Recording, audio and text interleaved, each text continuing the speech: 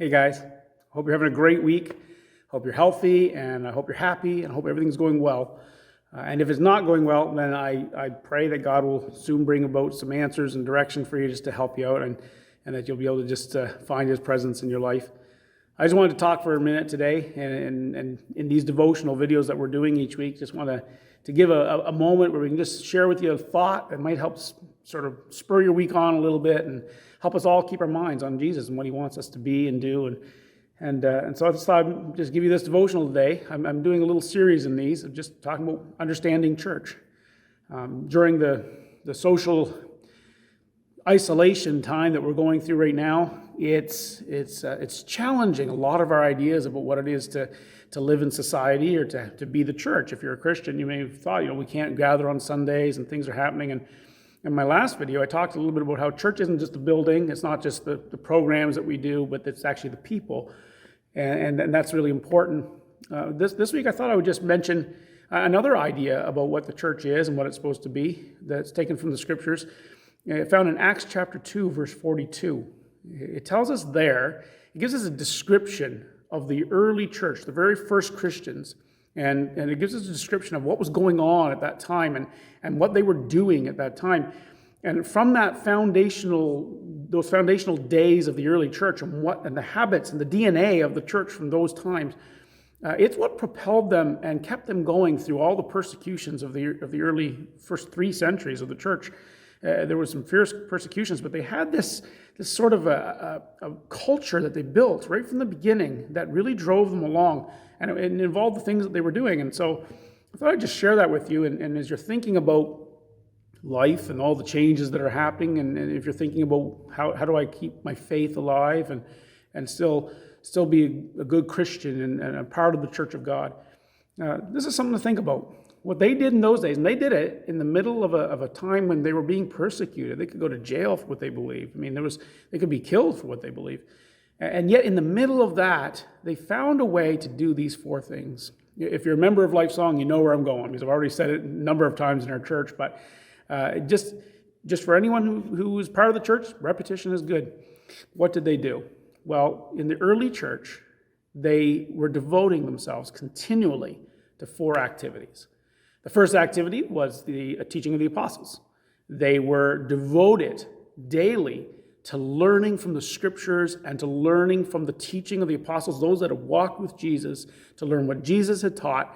And they continued to teach that, even repetitively. They would teach the thing they'd heard before, but they would say it again.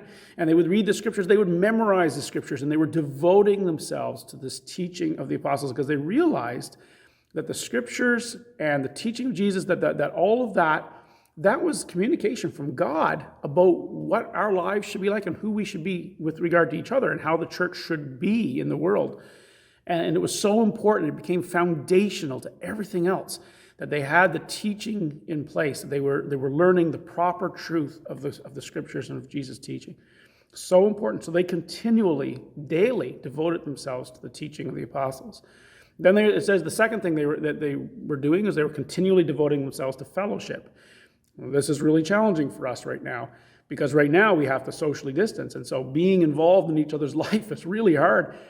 And that idea of fellowship, of sharing life together, and that they would do things together. They wouldn't just have social times together, but they would actually share the burdens of life together, and they would walk together in this world. They would help uphold each other. They would pray for each other. They would support each other in difficult times. And that idea of fellowship, of being united, was one of the foundational activities. And they found ways to do it daily, continually. It says they were actually meeting house to house, and in the temple they found ways to go to each place. They didn't just rely on one method. They went through multiple times in places where they would find ways to be involved in each other's lives. It was a foundational pillar of the early church. The third one is the breaking of bread. And scholars have debated what exactly the breaking of bread means. Some have thought that perhaps it was referring to having meals together. Others have hinted that perhaps it's a reference to the Lord's Supper, what some churches call communion or the Eucharist or whatever your church tradition is, have a different name for it, but it's the same thing. It's this celebration of that ritual that Jesus put in place the night before his crucifixion. And I guess that's kind of where I lean. I think that's what it's talking about. And it's a reminder to us all that they were devoting themselves regularly, continually devoting themselves to doing that, to remind themselves that they were people who had come into a family of God, that they had been saved from their former life. They had been given a new life because of what Jesus did.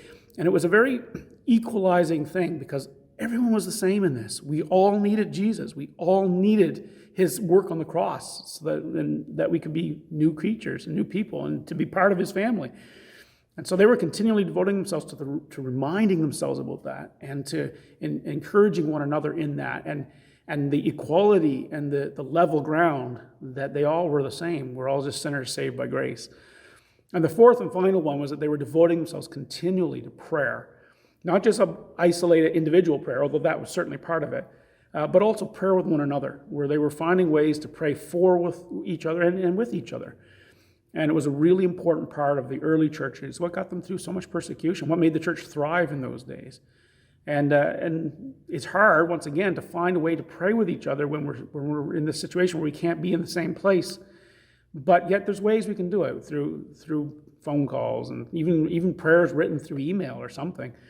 Whatever the case may be, that's what they did. And I just want to encourage you today and remind you that as the church, it's really important that we continue these very important practices. They're the gathering together, the reading of the word, the breaking of the bread of Christ, and prayer. So I encourage you, find a way, be the church. God's with you.